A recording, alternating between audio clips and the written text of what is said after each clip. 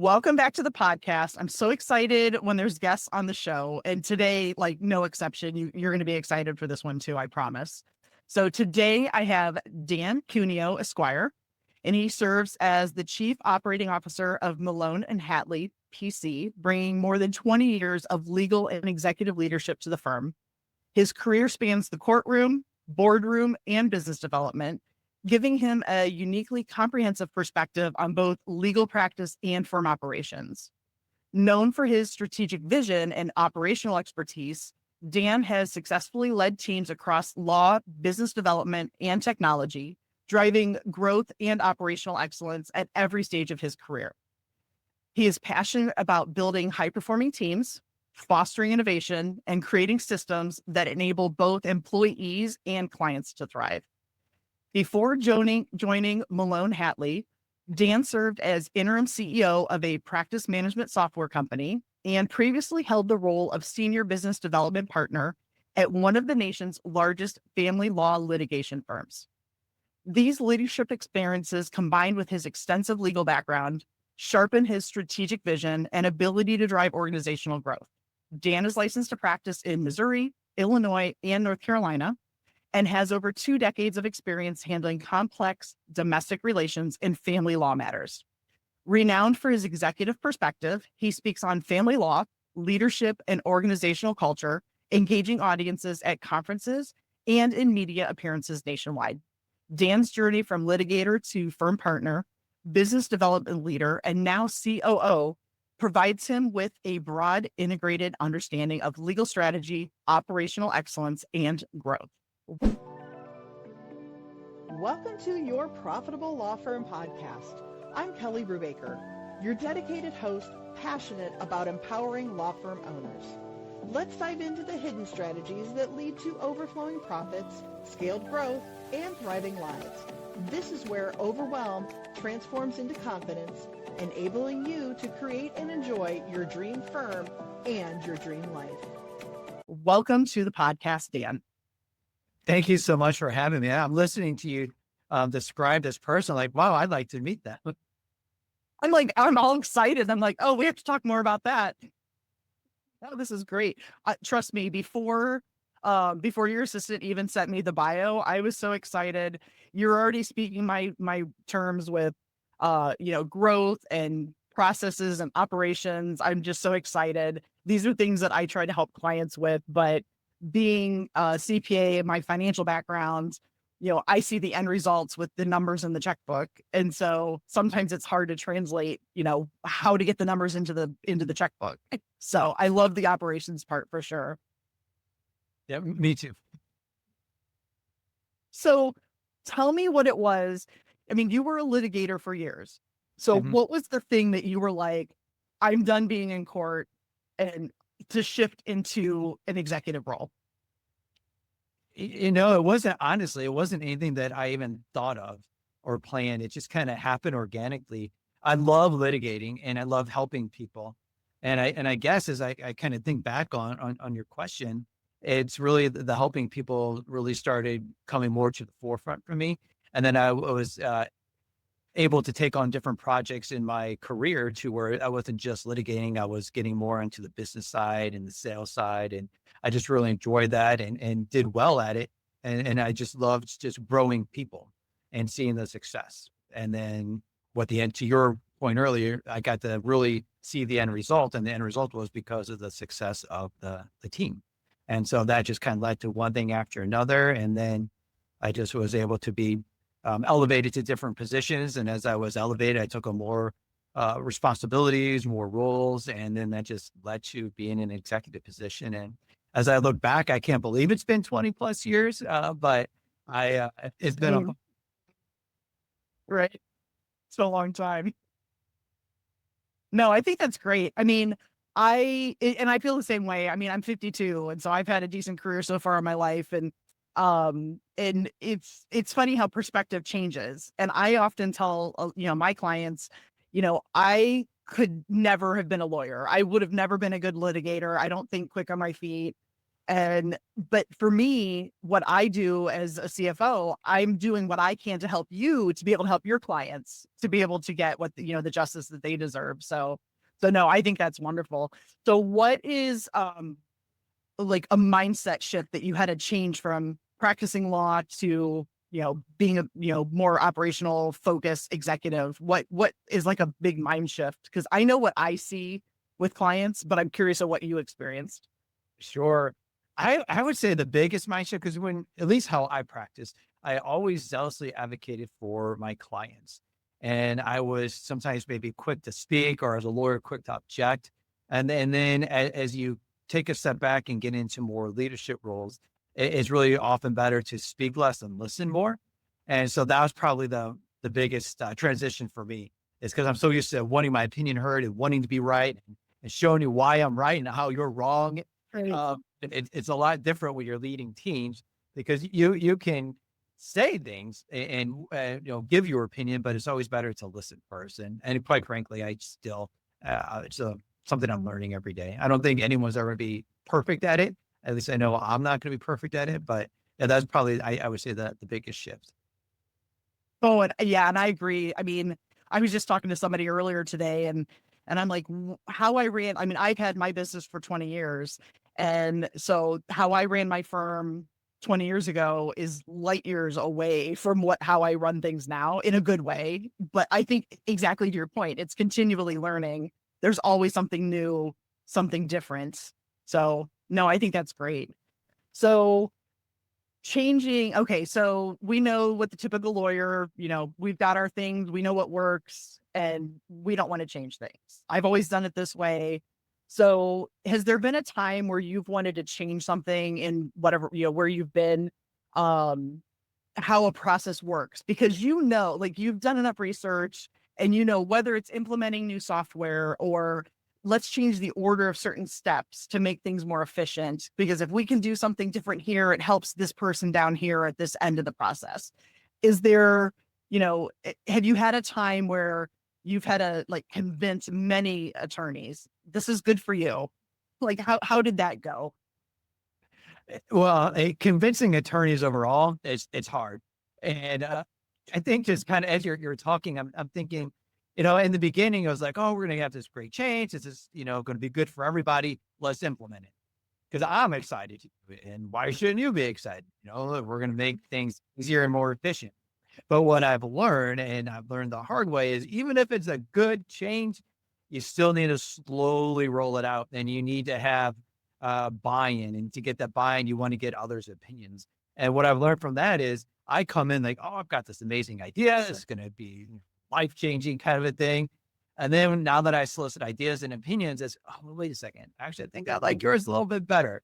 And so then I start fine tuning it. And then this idea just morphs into something bigger and better, because I've listened and I've taken into consideration what others are opining on or giving suggestions on.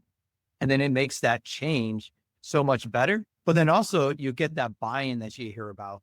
And it's not just buy-in from words of, okay, yeah, I'm just going to bring it up so then I can kind of check that box and hope I get the buy-in. It's authentic buy-in, because then whether they agree or not, they've been heard, and then they can be your change ambassador and really help make this a little bit better, and more, make that transition a lot easier. I can tell you, just again from experience, change is a tough thing for a lot of people, even if it's just a one little small thing. I know. Yes, I'm guilty. I'm not as bad with change, but I think when I'm okay with it, it's because I'm leading it, because I've already got my buy-in. And so I'm seeing the end of the road, and I'm like, okay, yeah, I'm good with that.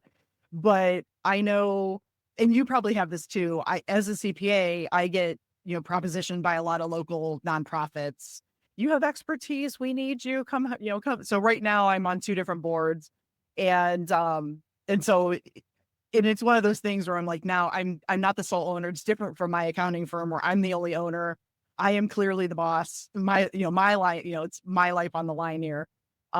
Different as a nonprofit running with a group of people. Now it's, change, and I don't always agree with everybody. We all have different perspectives. So, but I love that you mentioned buy-in, because I had talked to somebody, a firm owner, maybe like 4 or 5 months ago, and they had changed case management systems Mhm. and literally just jumped off a cliff. And I'm like, how's that going for you? Not so good. We're changing back to the old systems. And I'm like, well, I don't know that that's the right answer either.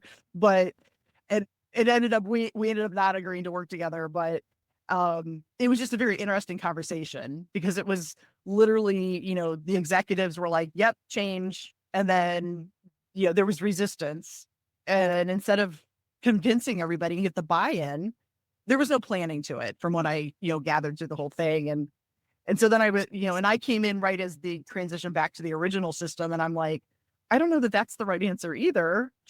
You made the decision. So I kind of believe that that was the right decision, but I think just the execution, it wasn't planned very well. And so I don't know that going back was a good decision either, but I don't know. But yeah, buy-in is a huge, and it gets harder, right? The bigger, and you've worked at bigger firms, it's harder the bigger the firm is, right? Oh, it's a lot. Yeah, absolutely. Yeah. Yeah.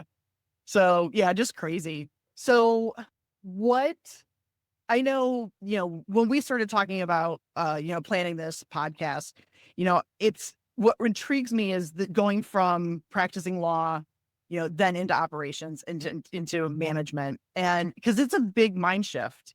And I know as I work with clients, a lot of my clients will say to me, I really struggle with the business side of owning a law firm because a lot of lawyers, and I say this, but I am so guilty as well, even though as a CPA, I did not appreciate I was a business owner. I started my accounting firm. It was like I hung my shingle. Clients just come in the door, I do the work. And it didn't always occur to me that I owned a business. And I encounter a lot of people, lawyers who own law firms that'll say the same thing. I just thought that I could open my doors, start working, and not really appreciate the business side of things. So how was that shift to go from practicing law into like the business? Because I would imagine like if somebody came to you today with a case, would you evaluate it differently now being in operations versus because you have somebody comes to you, you don't have to take a case, right? You evaluate it. So would you have evaluated the same way, the same case today as 10 years ago, or like has being on the business side changed things for you? Oh, for sure. And I think lawyers, they want to help. They have that innate thought of, I just want to help, and that's why I went to law school, so I can champion different causes that helps organizations and people, or just help people in general. And so when you're a lawyer and you're litigating, you really don't. If you're not the owner of the firm or even a partner at the time, you're just like, oh, clients come in and I just want to do what I can for the client and not really think about the business side of it in the sense of I'm going to go to court, I'm going to go to trial, I'm going to do all this discovery, depositions. I don't care how much time I put in, and not cognizant of that's time and money that may never be collected. But you're Yeah. out there doing the good work. But now when you shift over to leading or even on the business side of it, it's, you still want to help, but you have to take a step back, and does it make sense? Because you can't take every case. Even if you want to take every case, you have to evaluate it. Or if I take on this case, how much time am I going to put into it? My team's going to put into it. Am I going to be profitable? I mean, at the end of the day, most businesses are for profit, and you need to earn money. And so in order to keep the lights on, the doors open, and be able to pay your team, you have to make those smart decisions. And sometimes you have to make those tough decisions, which is, I just may not be the best fit for your type of case. But there's ways that you can deliver that message, so the person receiving it isn't just hearing, oh, well, it's because I have no money is why they don't want to take my case. But yes, it's a different mindset, because you're thinking bigger picture, and really seeing the forest through the trees, as opposed to being it in the day to day, and just really focusing on just one particular client, and not really having a metric to care about. All right, this time I'm putting in, am I actually be able to get paid for it? Yeah, and that's a good point. So, are you in a position where you can mentor attorneys in the firm how do you go beyond thinking about billable hours? I mean, because I'm sure a lot of attorneys, and I don't know about your firm. I don't know how many leave to go on to start their own firm, but essentially, the bigger the firm, the better the firm, the stronger the firm is when you have attorneys who may or may not be partners, but they're thinking about, they have a book of business and that they start thinking about, yes, I have a billable hours goal, but I need a network, which isn't billable because I need to be able to build my book of business, like, because they go hand in hand. Do you have a chance to be able to mentor attorneys in your firm, or maybe not even in your firm, but just attorneys that to think about beyond the billable hours and how to kind of manage their own, book of business as their own little business? We do have a mentorship program within the firm. We don't require any of our attorneys to have a book of business. We Okay. want that to focus solely on the clients that we assign to them, and not have that stress and the anxiety and the worry that I have to bring in a certain revenue or a certain number of clients. But we mentor in the sense of, we have weekly meetings to go through their cases to identify what's going on, what can we do, think big picture. How can we not only move their case forward, but how can we help them achieve their goals in the most efficient way possible? And it's being cognizant of the time that's spent on a case, because we represent people, we don't represent corporations. So that dollar, at least I think, is a little bit different when you're charging a client versus a corporation. And so in our weekly case reviews, we just identify strengths, weaknesses in cases, and then we try to figure out, okay, what do we need to do to try to achieve this client's goal, which makes the best sense for them. So we're not spending a lot of time and money we need to, because there are firms that have the mentality that every case is going to be litigated. And not every case has to be litigated because it doesn't benefit the client. We are a client focused and team member focused firm, meaning we put the client's interests first, but we also put our team members' interests first, because I feel they go hand in hand. If you care about your team, you're going to care about your clients. If you care about your clients, then that's what's going to allow referrals and the revenue, and everything else will come from that. But we mentor our attorneys so they feel comfortable asking for help, and so they can ask questions and we can continue to challenge one another.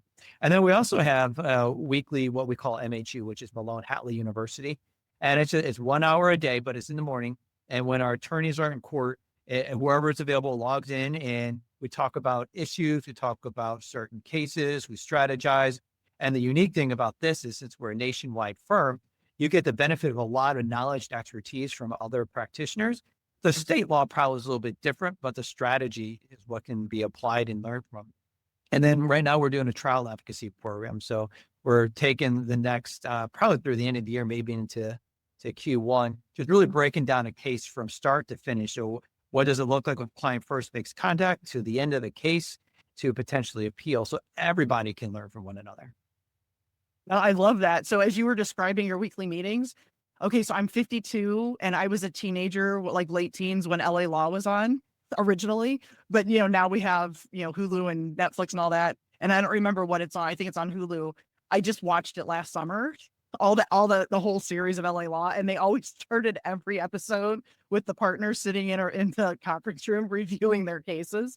So I kind of had a little bit of a flashback, but all good, like good stuff. So I think that's great because I have so at one point with my firm, I had one large law firm client that I was at so much, I ended up just subletting an office space from them.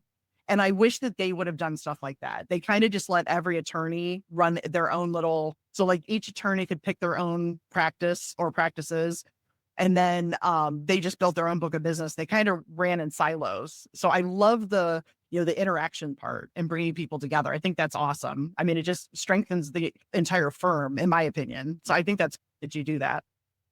So like put on your operations hat, and I don't know how you run your firm, but do you have like a metrics dashboard, or do you have a favorite metric or key number that kind of tells you, yes, we're moving in the right direction, or, warning, something might be going off track somewhere? Is there a metric that you like?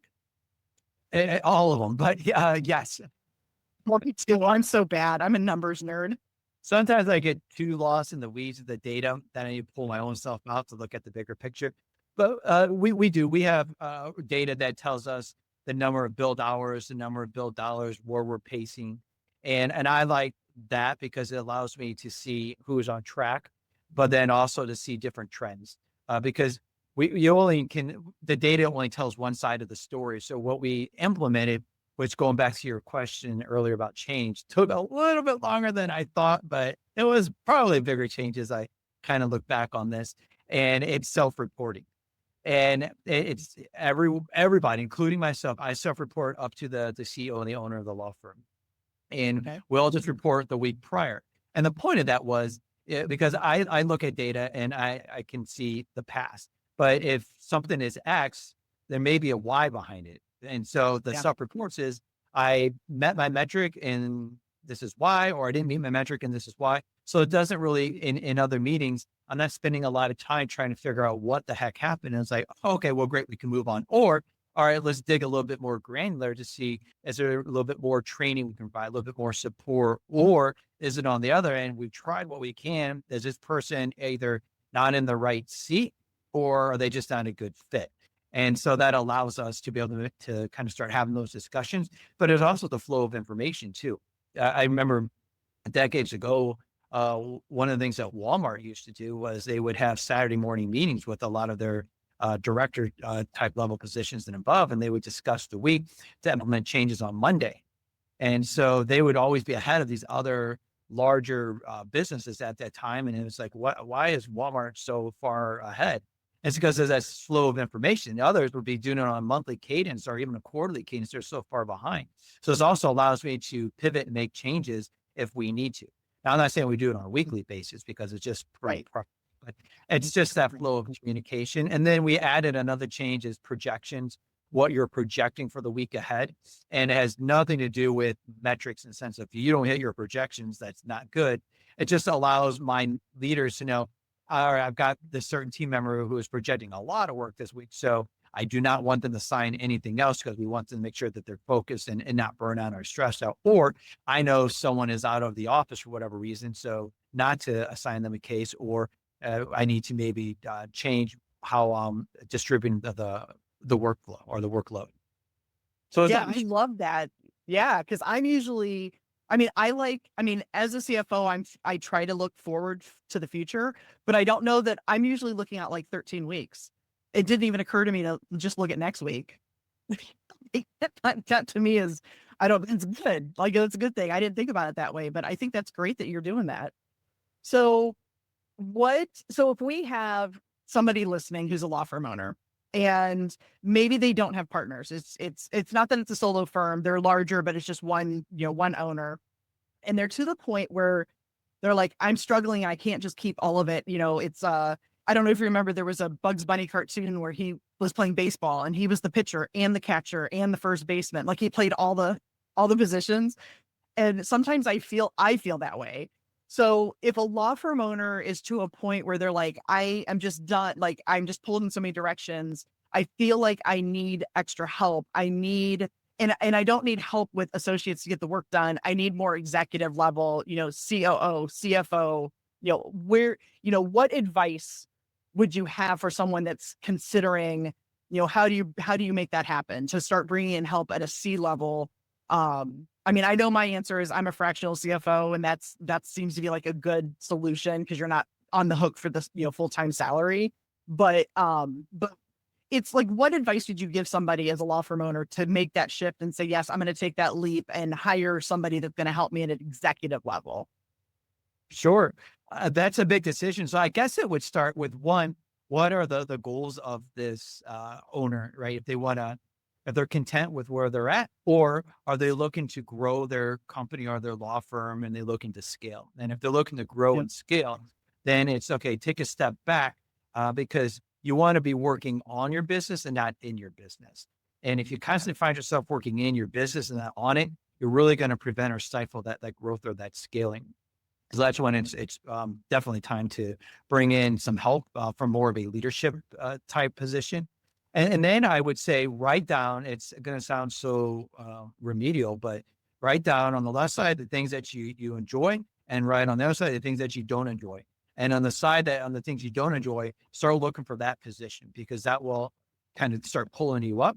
And then as you reach to a point where you found that position, then start writing down things that you like to do, and then things that you're good at. And so the things that you're good at, keep things you'd like to do, maybe find someone else and just kind of start building slowly upon that way. But I definitely wouldn't bring on more than one. If you're doing a C level, I wouldn't hire more than one C level, maybe every year or to 18 months, because you want to get them acclimated and get them in their own role and position and feel comfortable. But also you got to think of the ROI on that, because it's going to take a while for that person with their salary and comp package and all that to Yeah. really pay for themselves. No, yeah, and I agree with that. It's yeah, you can't just jump in and just go full scale and let's just fill in the whole C-suite. I get that. But yeah, no, I love that answer. Because yeah, growth, if you want to grow, you've got to find that balance of working in your business and on your business. And there's just times where you can't do all of it. So, if it's working in your business, it's, do you find staff? Do you have associates that you can hire to delegate some of that work? But you're right. I couldn't do it fast enough. My little reactions, I wanted the little hearts to bubble up about writing down the list, because I love that idea to sit down and write down the things that you do, what you love, what you don't, because then you fill in, that's the gap, right? Of what you don't like to do or you're not good at. That's the gap you have to fill in first, in my opinion. That's where you need to find the right help to get you to move. So I think that's great. So we talked about growth, and so there's growth, and it can be healthy or very unhealthy. And I've seen this. I've seen it both ways. I've seen some firms that are like, we just want to grow. We have a revenue goal, whatever you have to do to hit it, take on every case. And I'm like, not good. And I know, because I did this. I started my accounting firm, and I was like, if you walked in the door, like I will help you. And it was bad. Like, it was just bad growth. So do you have a way that you can look at your firm and say, what does healthy growth look like versus what are some warning signs of unhealthy growth? Sure. I would say, healthy growth for a law firm would be making sure that you're bringing in the right clients, the ones that are a good fit for your firm, because not every client is a good client. They may not have a case. And to your point earlier, I know a lot of lawyers who first start out and hang that shingle, they're going to take anything that comes in the door. But if you want to be profitable and you want to grow, you're going to have to be more selective on the types of cases that you take. Because if you're retaining at a really good percentage, but you're not collecting at a good percentage, that's problematic. And so that would be, hopefully, law firm owners and just business owners in general are paying attention to what their not just their revenue is, but what their net profit is and their collection rates, because that's so important. And so I think that'd be probably, hopefully, the first kind of red flag that's being flown out there is, hey, wait a second. The metric looks great, but as you start digging in, we're not really making money off this. So we may have to pivot a little bit on our mindset on what we're doing. So I think that would probably be the one thing that I would look out for, is to not just rest on things that are more vanity purposes, to actually look down and get a little bit more granular. Oh, totally. I mean, so a couple weeks ago, I wrote a post on LinkedIn, and I had, like, in my world, it went viral. I don't remember how many, like, it was like 300,000 views or whatever, which was viral in my world. I was all excited. And then I'm like, who cares? I did not get a new appointment. No new appointments came on my calendar for new, prospective new clients. So it's great, but I'm done with it. Like, it's okay that it went viral in whatever world, but like, I needed to translate into dollars, new clients, to be able to grow my firm in a meaningful way. Vanity metrics are not cool. So what is one, so being a litigator, there were just certain ways that you went through your day, certain principles. Is there something that you had learned as a litigator that you're still, that still guides you and how you show up every day at work now that you're in executive management? Yeah, I always had the mindset when I was a litigator, I always wanted to do my best. And so I developed this mindset of, my best today is not my best tomorrow. And so that's just kind of been my mentality, because I never want to just rest on, I had a great day. Yeah. But I feel like we can always do better, no matter how great of an achievement you have, or how good of a job you've done. You can always do something differently and better. Yeah. And I agree with that. I'm always about, I have a personal goal to learn one new thing every day. I don't always make it. but I do try because there's just such a world out there. But so I do like that, like reframing it the other way and saying, today was good, but tomorrow there's always improvement to be had. So I love that. So I am going to wrap up with one last question. And we kind of talked about this right before we started recording. So I watched your TEDx talk, and I don't know if you've ever heard, there's a book called Profit First written by Mike Michalowicz. And your TEDx talk was about putting people first. And I know, so for years, I had been a profit first professional, meaning I was certified to be able to help companies start using this methodology. It's a cash management system. And there were a lot of times people would push back on me and say, oh, profit first, how greedy, just trying to make the business owners rich. Right. And I listened to your TEDx talk, and I was actually intrigued because I'm like, oh my gosh, what you're talking about is very similar to profit first, just from a different perspective. And I love just the perspective of, trying to tackle, because the ultimate goal is business sustainability, right? We need to make the profit to be able to keep people happy. Like, we got to keep our people happy. It's a whole big circle, right? I mean, so I just wanted to relay that TEDx talk, if somebody's listening to this podcast, go, I'll include the link to the TEDx talk because it's a good perspective. Definitely the more profit that you can make in your business, you can pour it back into your people, who make your people even more happier, who make your clients happier. And then it's a big machine after that, right? In a good way, not in a bad way. Definitely. Yeah, So, I'm like talk. It came from actually a personal perspective too. Like I like to think my talk is nothing new. It's just we have all these great resources out there, but it's not on the execution side. And so I was like, well, let me tie in what I've learned. And I always try to learn from my mistakes. And fortunately for me, there's been a ton of them. So I got a lot of learning that I've been fortunate same. for. Yes, you're right. It's, at the end of the day, it's like, if you don't invest in your people, then you really are not profitable, because we're not expendable. We're all people. Right. And if you take the Yeah. time, and we just had a leadership class literally right before the recording of this podcast, and we're just talking about the 5 dysfunctions by Patrick Lencioni. That's what we're dissecting right now. And we're starting with trust and being vulnerable. And it starts there. Yeah, it absolutely does. I mean, and I started my career in Big Four, which is comparable to big law, went through that whole machine, left and went into corporate, and then started my own firm. And so I've been at all the different, points of how big or small a firm can be, right? A business can be. And there is a different perspective, but, being a smaller business, it is very personal for me. And so it is about putting people first, but you have to have the cash flow to be able to have money in the bank, to be able to support people, to make the clients happy. It all works together, right? So, Yes. so Dan, I had a wonderful conversation with you today. I'm sure our listeners are going to enjoy this. I will definitely include in the show notes links that people can get in touch with you. I definitely want to include your TEDx talk. I think that was great. But thank you very much for being with me today. Thank you so much for having me. I really enjoyed it. Awesome. Thank you. Hey, before you go, grab my new book, Plugging the Leaks, 10 Ways Lawyers Waste Money and Simple Fixes. It's a quick read, plain English, packed with checklists, templates, the 7 to 60-day collections escalator, and the Core 4 dashboard. So you can keep more of every dollar you earn. Now, you can order the paperback or Kindle on Amazon, or you can download it for free, the PDF format, using the link in the show notes below. Remember that profit is something you intentionally plan for in the beginning. It's not a potential bonus at the end of the year. Thanks for listening.